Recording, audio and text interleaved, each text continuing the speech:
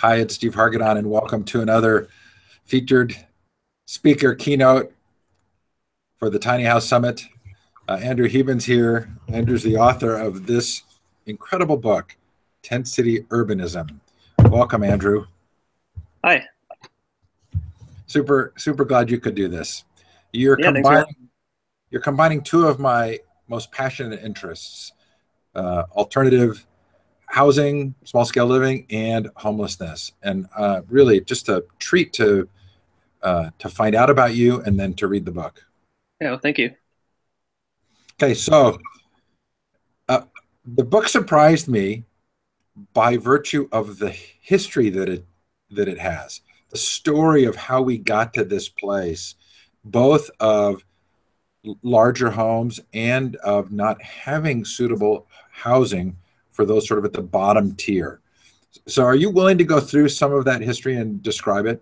Sure. Yeah, it seems like it's been a while, but I can get back to the books. Yeah. Okay, so uh, maybe we start with SROs. What was an SRO? What is an SRO? Yeah, in many ways, SROs are another one of the housing models that I'm very interested in. I see it as correlations between the tiny house village. It's basically a multi-story tiny house village, so each person has a small space, typically of 70 to 100 square feet, a room with a bed, a TV, maybe a sink, and then a shared bathroom down the hall, and then a communal kitchen on a separate floor. And so it provides just a very simple, low cost means of housing. Used to be very popular in the beginning of the 20th century, and then slowly as building codes became more intense, and they tended to disappear. But they were really valued by their residents because, not necessarily for the physical accommodations, but that it provided a safe and secure place, but it also allowed individuals to have privacy and to have autonomy, to come and go as they pleased. You make the argument that this was a substantial part of the housing model for a period of time, and that there are reasons that it went away. You've just mentioned sort of code and legislation reasons, but what really, why don't we see more of that now?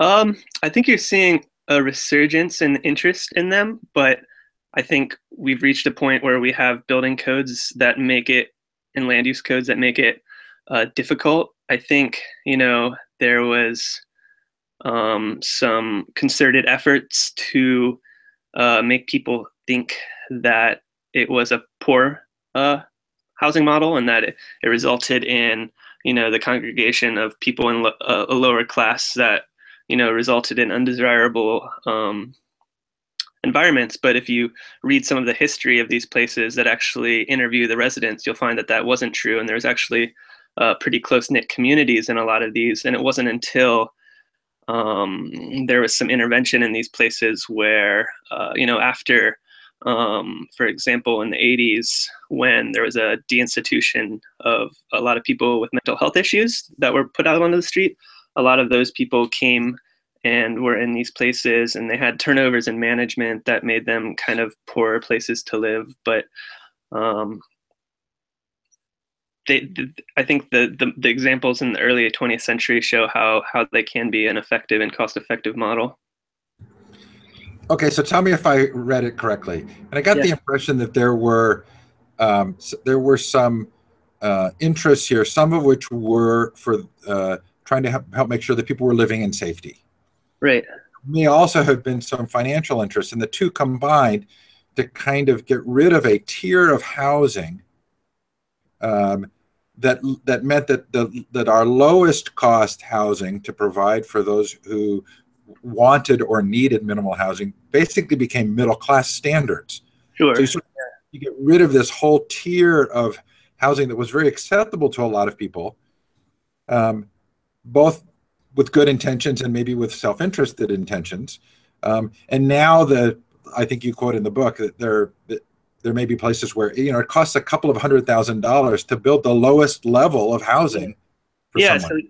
we basically require our low income housing to be built to middle class standards, and because low income people can't afford that price level, we subsidize it. So people pay a third of their income, and then the government picks up the rest of the cost of that housing. But there's an extremely underfunded supply of funding to that type of housing, and so we basically have gotten rid of that housing sector, and there's just not enough housing to go around. Yeah, and you kind of describe this disincentive that exists, right? So it's like if you can construct or cheaply have your own housing, then you're sort of an active participant. But if living in lower cost housing requires that you become part of a system in which there's government control and decision making and grants, then you've sort of become a passive actor in the process rather than an agent. Did I get that right? Sometimes I don't think that public funding in general has that effect, but I think there's different ways you can go about housing. Some, I think, instills alienation where residents don't know each other and don't talk to each other, whereas other forms of housing does a better job of creating a sense of community within the housing. Okay, so thanks for that. I mean, I really loved the context and that sort of understanding. In our city here, they've taken an old motel and turned it into a housing project for homeless veterans. There's a very good housing first model that takes place here, and so it's an active concern in this community, and I'm appreciative of you. You're going to bridge some topics for us. So Yeah. tell us, what's a tent city? Yeah, so that's kind of the topic that got me interested in this whole subject. I started reading about them in the paper in around 2009, after the housing bubble and the recession. There was news story after news story about the rise of tent cities in the United States, and I thought that was an interesting topic. They usually included some images of city skylines as backdrop with slews of tents sprawled throughout. And the stories that I read were really kind of superficial coverage. And so I decided to go out and visit some of these. What is a tent city? I guess a tent city is just a gathering of people that have no other place to go and that have come together to live um, in congregate rather than in isolation, due to the benefits of living with other people around you. Yeah, and can you describe what those benefits are? Sure. The most basic one, I think, is to have other people that are watching your stuff. So if you look at the way that the tent cities tend to form organically, it tends to have clusters of tents with openings facing each other, so that there's other people watching your stuff, and if you leave for the day, there's tends to be someone else there that can watch your stuff, and so that's sort of an element that we've tried to adapt into our tiny house village designs. The idea of um, clusters of homes facing a common open space, creating safer environmental design.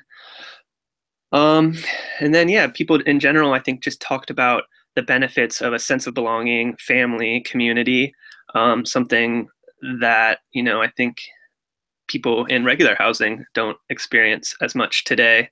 And so I think those are some of the social benefits of the community. Obviously, the physical infrastructure isn't ideal, but I did find that there are a lot of positive social benefits. A lot of them would have a weekly meeting where they would come together to discuss issues of common interest, how to keep the camp a safe place to live, a sanitary place to live.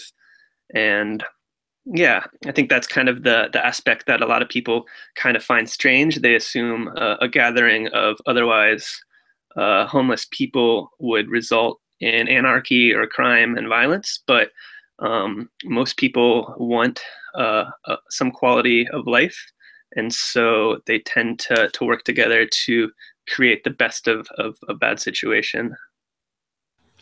So tell me if I'm oversimplifying, but what I hear in this story is that we've stigmatized living at a certain level, right? That when there were SROs, that there wasn't this social stigma that's now associated with being at a certain class level with a certain desire or interest in providing for housing, say below middle class housing. Is that an accurate reflection of what I read? Can you say that again? Well, that we've created a stigma around a certain class of people, so that Sure. we see them as being well. And you talk about this broken window theory of kind of I'm going to say law enforcement, but just say sort of safety and security in a city. That that rather than having a reasonable place for a certain level of individual interested in a certain level of housing, we've now kind of said that that's bad, or we've stigmatized them.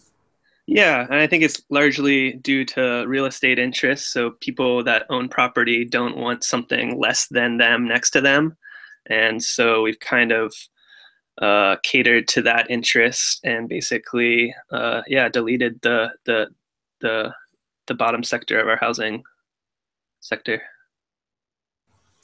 Okay, so I there were some other pieces in the 10 city descriptions that stood out to me. Self management, and autonomy, and a level of happiness that you wouldn't expect necessarily to be words you'd associate with a tent city. Right. Yeah, it's really, I think, kind of an alternative to the traditional shelter model, which is very rigid and demands, certain things at certain times, and you have to leave. You can't take your stuff with, or you have to take your stuff with you. It's just not a very functional environment for somebody that's trying to better themselves. And I think this provides an example of where people are basically working together to provide, there's community, but it also instills independence. People can come and go as they please. They can leave their stuff there safely and go to a job interview or something else. And yeah. Okay, so can we now kind of personalize this story? Uh, what got you interested Sure. in the 10 cities, and that became a part of your academic work? And then can you transition into discovering tiny houses? Sure. Um, yeah, like I said, I was doing a thesis in urban planning. I had to come up with a topic, and I was sort of fascinated by these tent city stories. And I decided to spend a summer going out and visiting some of these places that I read about and getting a sort of a firsthand perspective.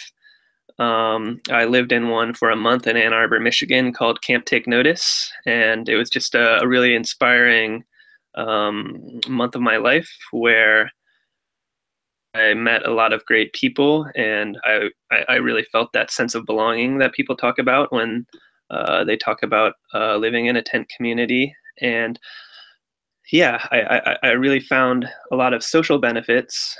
Obviously, like I said, the physical infrastructure wasn't ideal, and I looked at how these being handled by the local municipalities, and basically they were being evicted, moving from space to space to space.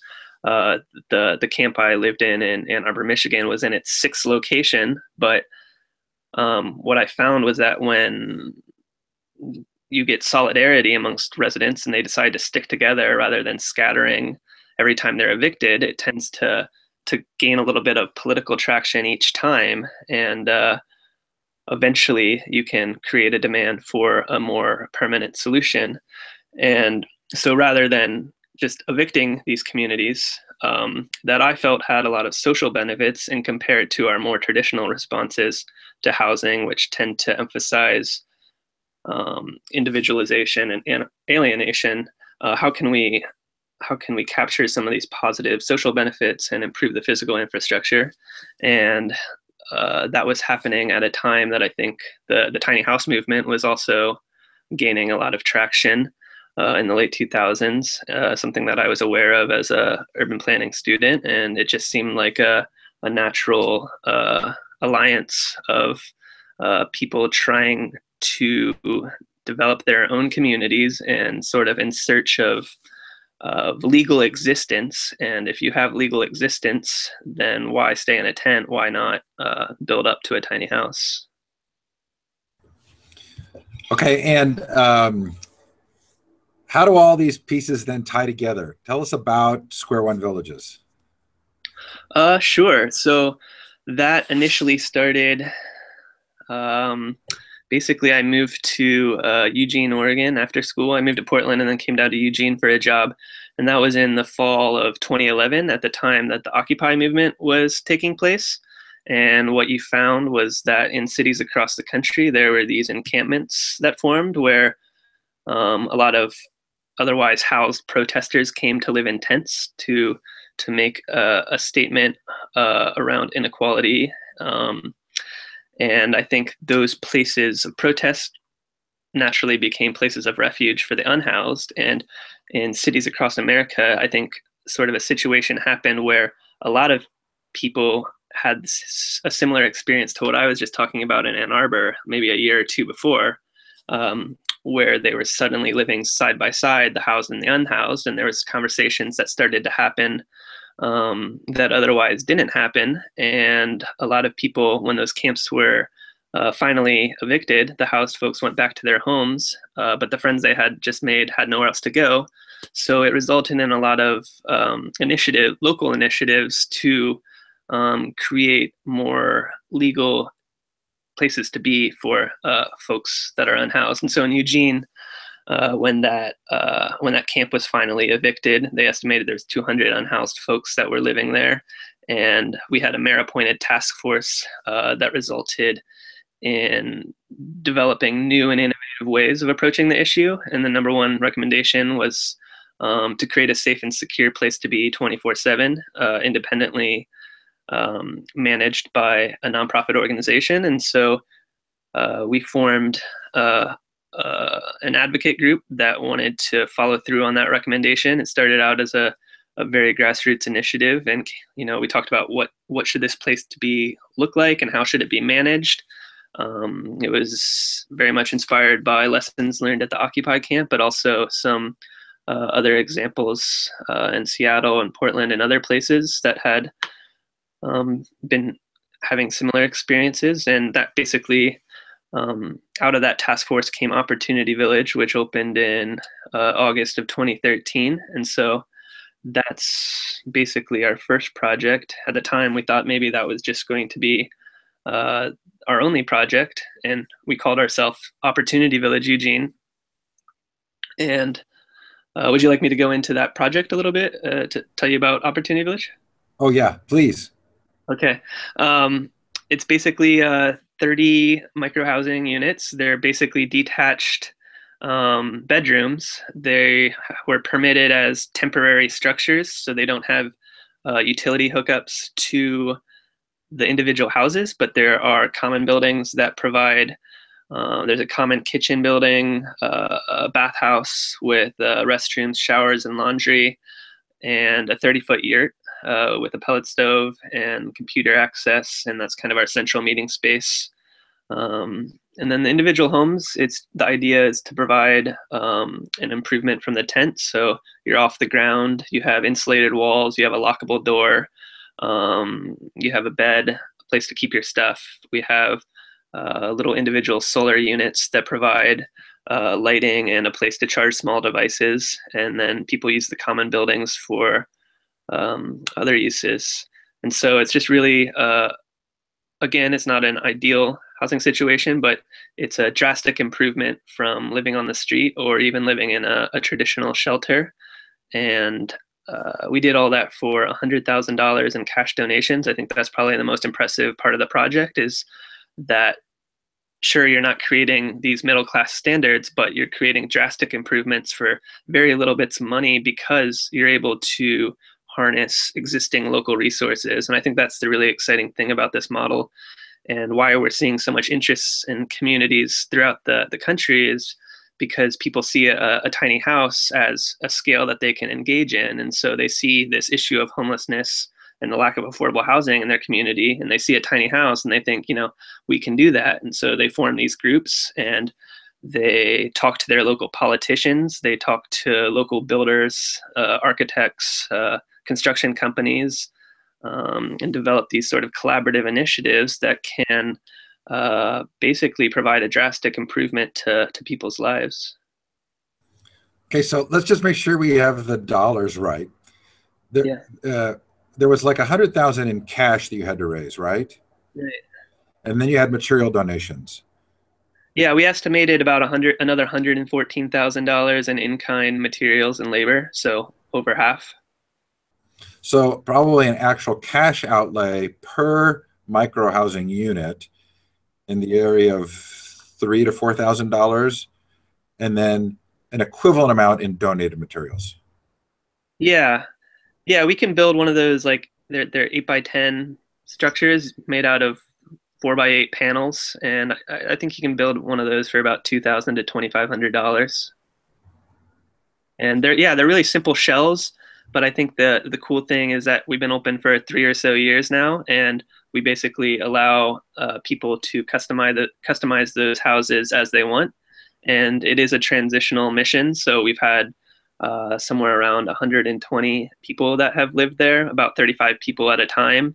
And so as the houses go through iterations of users, you see different additions and adaptations, and so people can kind of customize their houses to make them their own, which I think is a cool part of the model as well.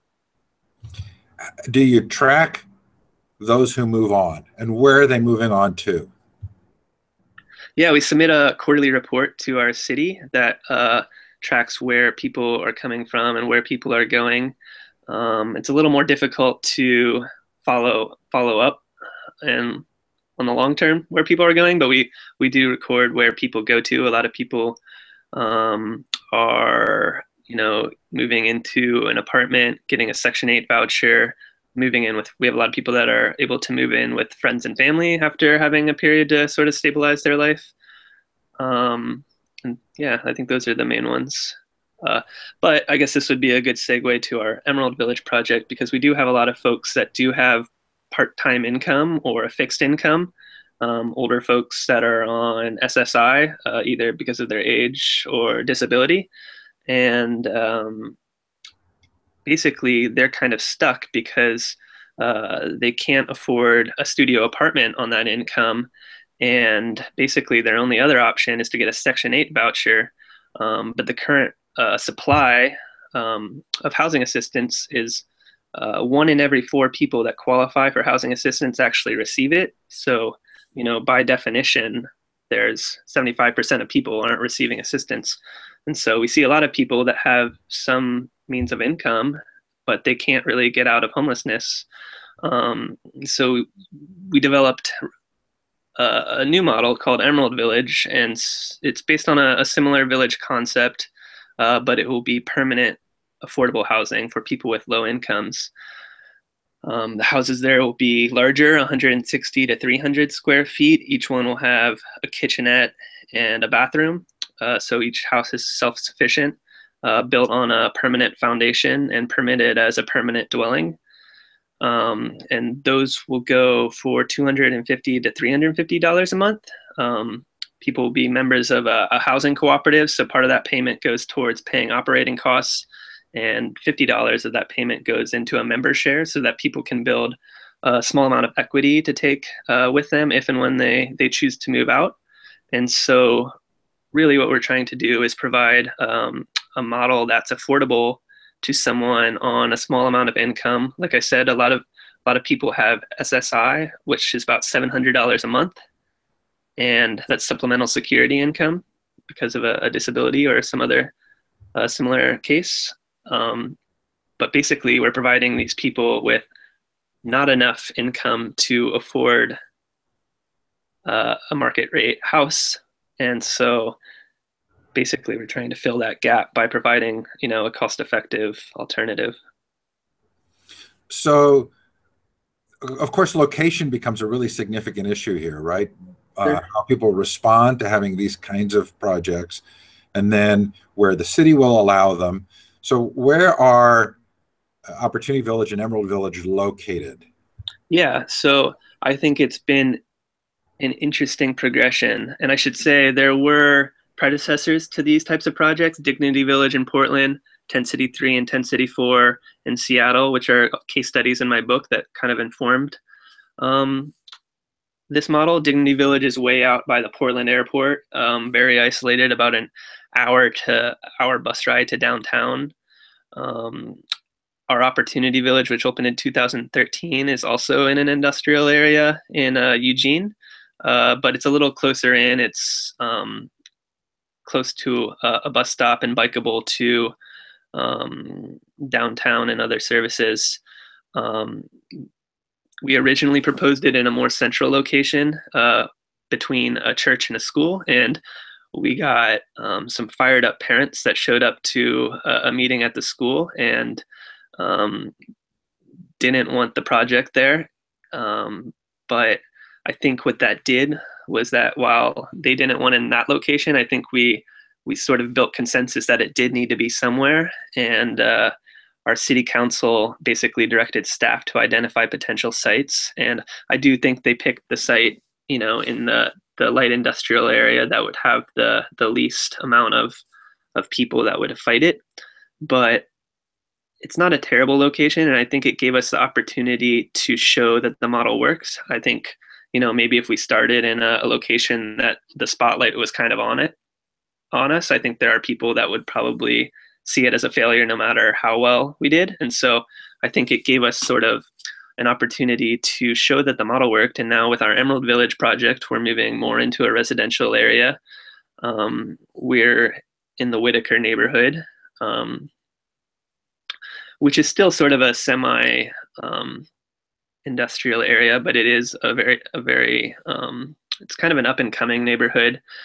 People there are very passionate about their neighborhood, and so we had a number of neighborhood meetings that started off, a lot of concerned neighbors, and as we continued to come to the meetings and provide information and involve neighbors in the process, I think they slowly kind of realized that this could be an asset to their neighborhood. And yeah, we've since received our land use approvals, and we're planning to break ground on that project this spring. And then I'll also add, we're also working in a project in Cottage Grove, which is a smaller community in about 30 minutes south of us. So we got a grant to replicate this model in a smaller town with fewer resources to see if it would still work there. And we're currently pursuing a piece of land there that's right in the middle of a neighborhood. And we just had a neighborhood meeting a couple weeks ago where it was a similar occurrence. People came with a lot of concerns and frustrations. But once they vented and let those frustrations out, and we explained, we didn't necessarily have to be there. We tend to come to the neighbors early on in the process and get them involved. And I think that's sort of the key piece to a lot of our success, is getting neighbors involved from the beginning, letting them vent their frustrations, and then answering their questions and trying to respond to their concerns and making them feel like, they are a part of the project. I'm assuming Opportunity Village has a self-governance council. The I looked at the whole sort of agreement. Um, what are the hardest kind of to come up? What was that? What are the hardest problems to come up? The hardest problems that come up at Opportunity Village? Correct. I'd say just sort of a lot of things that are difficult in living in a communal setting where you have lots of people sharing limited resources. So, there tends to be simmering conflicts over various things. There's always people that feel, people aren't pulling their fair share, or the dishes aren't getting done, or just two people on very opposite ends of the spectrum that don't get along. So I think one of the differences is that in an intentional community, it's often people that are living there by choice. And if they don't get along with the group of people there, they choose to move to a different community that they might get along with the people better. Whereas people at Opportunity Village might not have that privilege. And so you'll have people with very different personalities that have to learn to get along. And, I think what people say is that, you don't have to love each other or even like each other, but you just have to coexist. And you have to be able to cooperate and participate. And yeah, I'd say that those are some of the central challenges. But I think that's sort of the day-to-day stuff. But I think, and people can get really caught up in the bubble of the village. But I think when people take a step back and you ask them some questions about the living environment overall, I think that while it can be challenging at that uh, small scale level, I think overall people have made some of the best friends in their lives there. A lot of times, people that become homeless, they've burnt a lot of bridges in their life and they don't have a whole lot of relationships. And so this provides an opportunity to meet people where you might not get along with everyone, but you're probably going to find some people that you get along with and that you can share resources with and that type of thing. How big will How big will Emerald Village? Yes, how big will it be?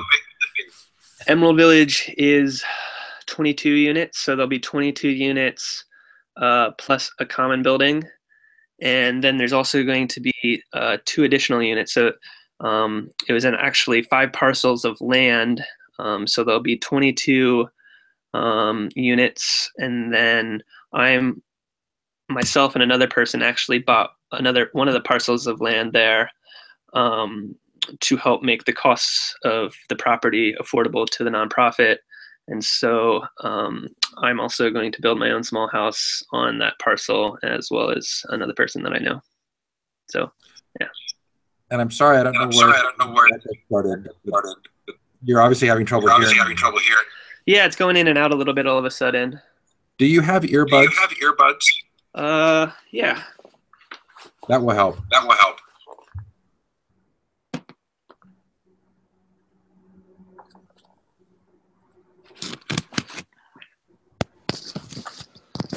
All right. Transition. Can you hear me? Yep, that sounds better. Okay, good. Okay, so and what's going to be the cost per unit of these larger Emerald Village homes? Um, our budget comes out to about $60,000 a unit, so substantially more expensive than the Opportunity Village project, but it is providing, I think, a lot more in return. A lot of those costs come when you start to run infrastructure to the individual dwellings. SDC charges, system development charges, is another one when you start to do permanent development. So those are basically the tax that the city will put on you for doing new development to pay for local infrastructure and parks. We were lucky enough to get those waived because of our affordable mission. And just to give you a perspective, that was a $120,000 fee that was going to be just for developing the project. Yeah. We also have, I think, one of the most exciting things about the project, and this kind of goes back to what I was talking about before in terms of the possibilities for local collaboration. We've got 14 different local architect design build teams. So each of those houses will be of a different design. So I think it's going to be a really interesting demonstration of a lot of different design and construction practices towards designing and building a tiny house, and we'll get to see what works the best. And there'll be lots of different variation. So each of those teams were limited to basically a footprint of 250 square feet and $15,000 in building materials, and then they're donating services. Basically, each team's organizing volunteers to help with the building of it. And so that kind of gives you an idea of how we're approaching the individual houses. When you were talking about the cost of living in Emerald Village, did you say what the actual rent was going to be? I can't remember. Yeah, it's $200 to $300 a month, and then a $50 a month payment that will go towards your member share. And so that basically covers your utility costs, um, and other operating costs, short-term maintenance, long-term maintenance. Yeah. And there's some equity that gets built. Does it come out of that $50 a month Yeah. fee? So the idea, we kind of we kind of researched a lot of different options. We originally looked at outright ownership, but we found that sort of the housing cooperative could have a lot of those benefits of security and tenure and participating in how your housing's operated and managed. And we came up with the idea of the $50 a month share so that you can accrue um, up to a $1,500 share, basically. And then that share basically um, can be cashed out when you move out. Um, Yeah, which would be significant for someone. yeah, we found that capping it at $1,500 made sense because if you accrue um, more capital than that and you're on supplemental security income because of a disability, then you'll lose that benefit. And so it didn't make a lot of sense for people that um, have difficulty obtaining regular income to lose that benefit if they were to accrue a little bit more than 1,500 and then all of a sudden lose their monthly income. So we kind of found this as a balance between that. How likely do you think it is that this model will catch on? Um, well, I think it already has to a large extent. We receive multiple emails each week from other cities that are looking to do something similar. I think it's a question of how long will it take for local municipalities to catch up to permitting and allowing these types of developments. And I think we are seeing progress in that, particularly in the Northwest and the West Coast. And I think with time, I think that will spread eastward. Are there sort of key components to a successful tiny house village? Yeah, so what we've been working on the past year is a village toolbox. So trying to capture.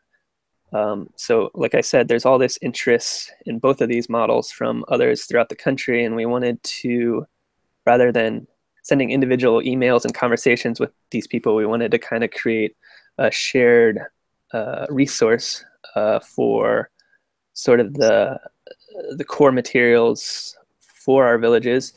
And in that, we developed, we basically boiled it down to 6 components that make a successful village. So we looked at a number of different examples that do exist throughout the US and what are the core sort of components that make those successful. First, or that make it a village model, basically. The first is tiny houses, so individual dwellings of 400 square feet or less. And then the second is common buildings, so supporting that with a common building. So even at Emerald Village, where each unit will have a small kitchenette and bathroom, there's still a common building where people can come together. There'll be a larger kitchen where you can cook community meals. It's a meeting space. And so I think that's an important component to keep sort of the community model and not just simply um, disconnected tiny houses. Uh, the third is self-governance. So involving the people that live there in democratic decision making about how their community is operated and managed. And what that results in is a sense of social ownership to where people feel like, you know, this is my community and I want to protect it and make it a better place for me and everyone else to live. The fourth is the village meeting. So that's sort of the core um, component of how self-governance is um, conducted. So there's a weekly village meeting at Opportunity Village. At Emerald Village, it'll be once a month. So we say having the community meet together at least once a month is sort of a core component of the model, so that people can discuss and decide on issues of common interest. The fifth is the community agreement. So some form of basic code of conduct or requirements. What does it mean to live at this village, and what is expected of you? So at Opportunity Village, for example, there's 5 basic rules. No violence to yourself or others, no theft, um, no illegal drugs or alcohol on site, um, no persistent disruptive behavior, and the 5th is that everyone must contribute to the operations of the village. So there's some expectations around regular contributions. And then the 6th component is nonprofit oversight. So the idea that there is some sort of entity that provides oversight to all this. Maybe they're the one that owns the land or has the lease with the city, and basically providing oversight and support to the residents to fulfill the community agreement and make sure that it's a well-operated community. So I'm trying to remember what is it Dunbar's law that it's the number of people in an average sized village, sort of historically, and that kind of tells you how many people can and do well together in a particular space. Have you envisioned how large a village could or should be? Yeah, that's a common question we get, is like, how small can it be or how large it can be?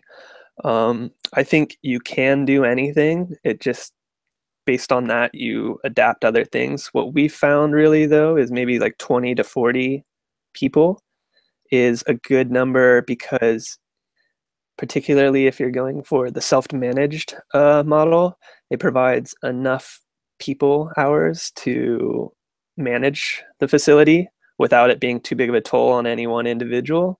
But it's not large enough to where you have to delegate a lot of decision making to committees or hierarchical structure. You can have a village meeting where each person can be represented and voice their opinion on each issue. We still have committees that basically explore and make proposals to the village, but anything can go back to the village to make sure that everybody has a voice in making that decision. So I think that's sort of a good number. We see Madison, Wisconsin has an example of OM Village. That's 9 units, and that seems to be successful at 9. And yeah, I think some of the sanctioned tent cities in Seattle have as many as 100 people, and they found a way to operate those pretty well. So I think you can adapt your sort of organizational structure to meet different amounts, but I guess I would say I've found 20 to 40 to be the most comfortable. Okay, so have I missed anything? Is there anything crucial that I should have asked you that we haven't talked about? No, I think we got through a lot of it, from the book to through Opportunity Village to Emerald Village to the toolbox. So those are the kind of core things. So where does someone go if they want to learn more?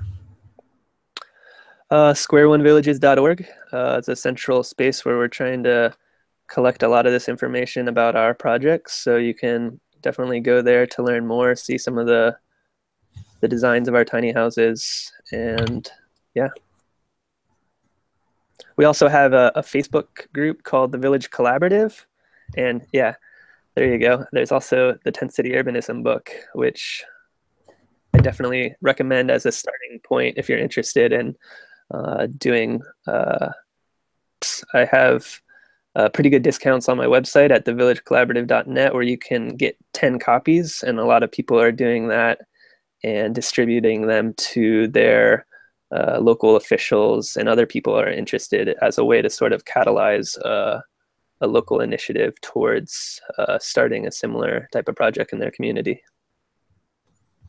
Andrew, thank you not only for doing this interview, but just for the work that you've done. All right. Yeah, thanks for having me. Really appreciate it, and appreciate you. Okay, take care now. Bye. All right.